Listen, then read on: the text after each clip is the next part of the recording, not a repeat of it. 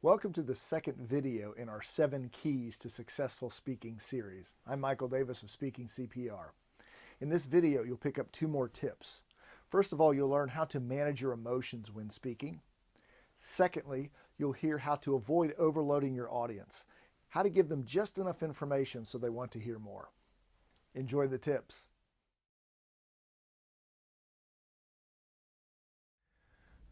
It was an overcast fall day in 1969. The lights in Mrs. North's first grade class were dimmed for nap time, and all the students were resting quietly at their desks, with the exception of one student. Mrs. North had told him, "Michael, since you had so much fun standing on top of your desk at lunchtime, you get to stand on your desk during nap time. Maybe that'll teach you a lesson." As I'm sure you've guessed, Michael was me. And as I stood on top of that desk, I could feel 24 pairs of eyes staring at me. And what do you think that my loving, supportive classmates did while I stood up there?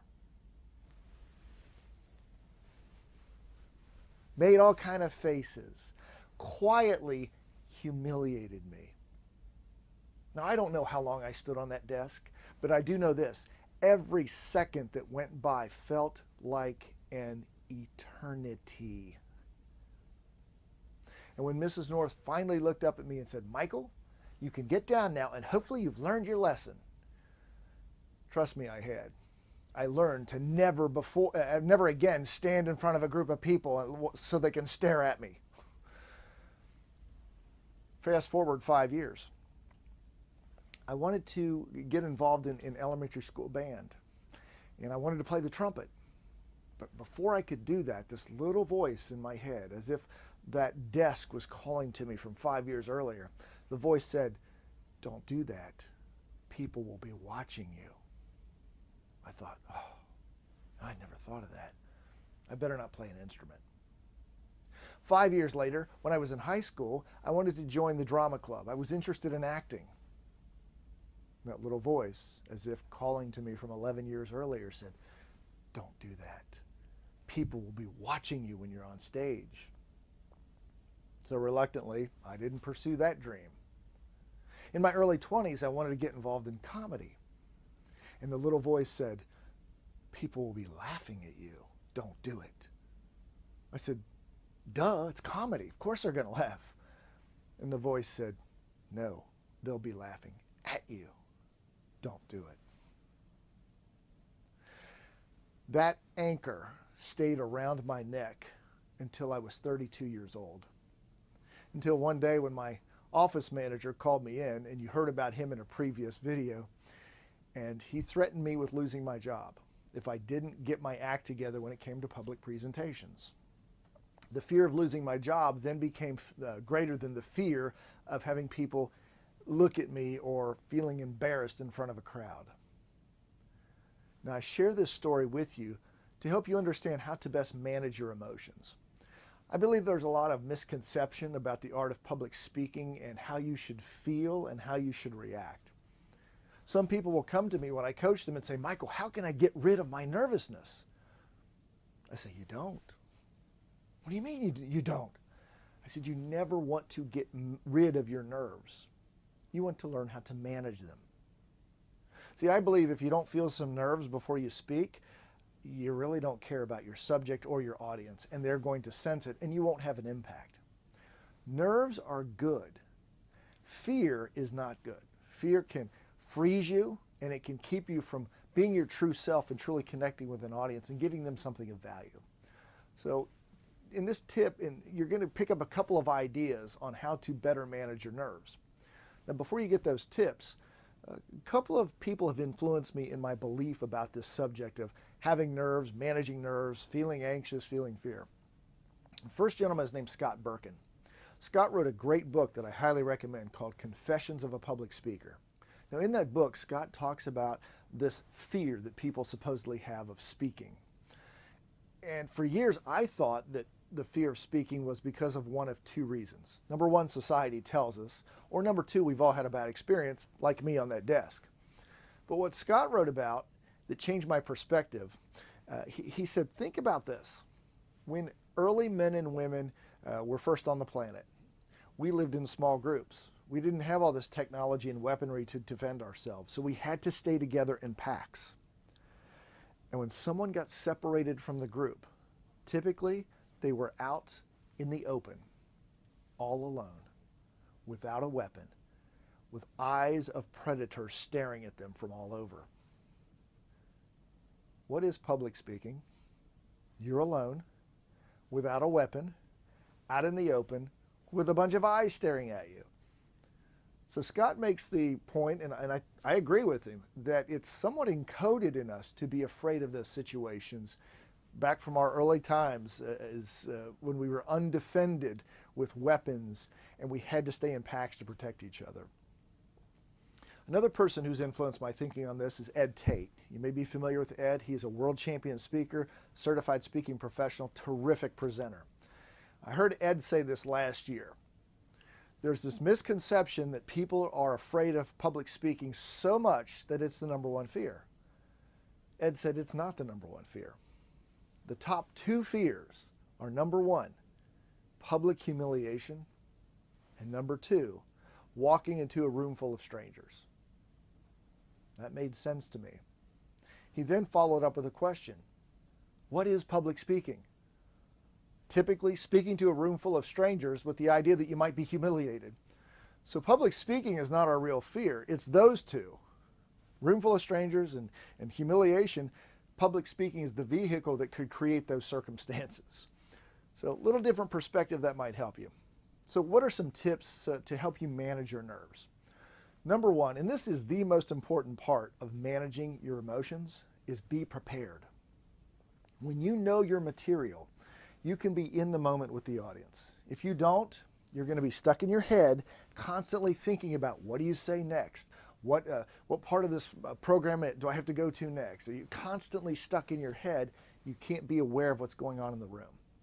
By far, that is the number one tool to managing your emotions. When you have the confidence of knowing what you're going to say and you can respond to your audience. A couple other tips before you get up and speak. One comes to me from Darren LaCroix. Darren, you've heard about Darren before from me, world champion speaker, certified speaking professional. He asks 4 questions before he goes on stage, 5 minutes before he steps up in front of the group. Number 1, why am I here? Know specifically the reason you're there. For me, it's usually to give the audience a specific set of information, to do it in an entertaining fashion, but content that they can walk away with and use immediately to improve their lives. Number 2, am I present? Am I thinking about the fight that I had with my spouse, or the difficulty I'm having with my kid, or the bounce check at the bank, whatever people go through? Are you thinking about those issues, or are you there with the audience? Have you interacted with people before the speech to kind of let them know who you are, pleasant smile, and just get to connect with them beforehand? Be in that room with them. Number 3, will I have fun? I know to some people the idea of speaking and fun doesn't compute, but it is. It's a great experience if you know what you're doing, you have a great message, and the audience responds. And then the 4th question Darren asks, and I'm paraphrasing a little bit, but if I know this is the last speech I will ever give, what do I want my audience to take away? So ask those 4 questions 5 minutes before you go up. It's great to help you get centered and focused. The other tip I got was from one of my other coaches, Craig Valentine, another world champion speaker, very successful professional. He says a short prayer before he goes on stage. Please help me remember my speech, forget myself, and lift up my audience. Now, if you think about what Darren does and what Craig does right before they speak, what is the focus? It's the audience. That's why we're there. We shouldn't be worried about how we look, how's our hair, are our shoes shine, or does our dress on straight, all that. None of that matters. When it's showtime, the only thing the audience cares about is what are you going to give them that will make them think, feel, or act differently and make their lives a little better. So use these tips Also, think about what Scott Birkin wrote about early men and women and kind of the coding that we have in our DNA to be nervous about speaking. Think about what Ed Tate said. It's not the speaking, it's the fear of humiliation and walking to a room full of strangers that really affects us. When you start to understand these and use these tips, you'll feel a lot more in control and you'll manage your emotions better when you speak.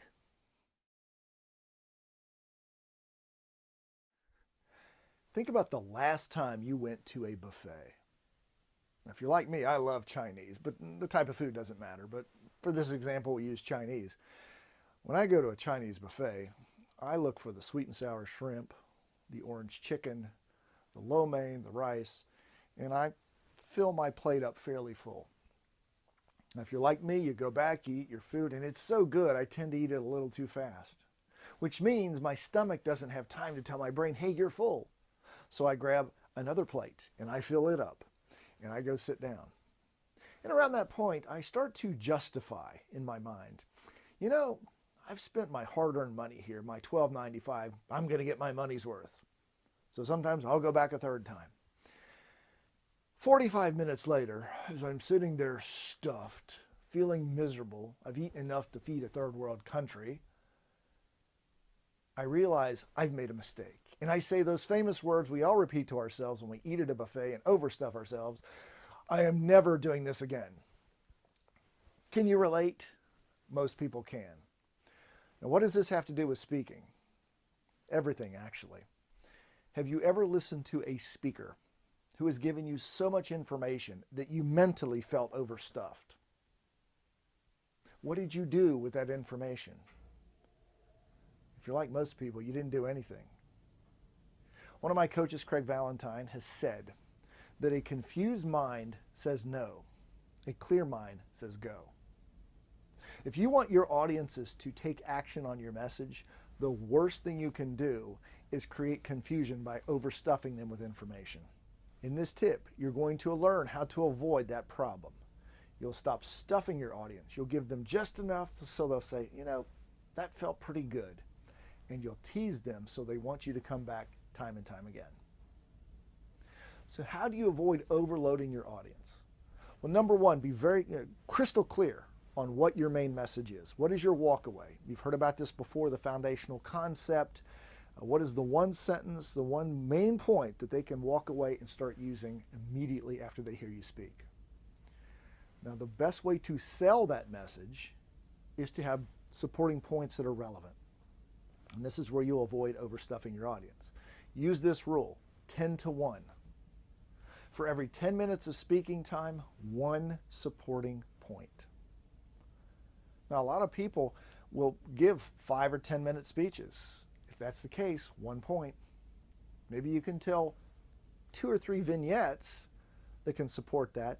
Maybe give one quick activity for the audience, or maybe one metaphor, but that's it. That's all it will take to help people remember that point.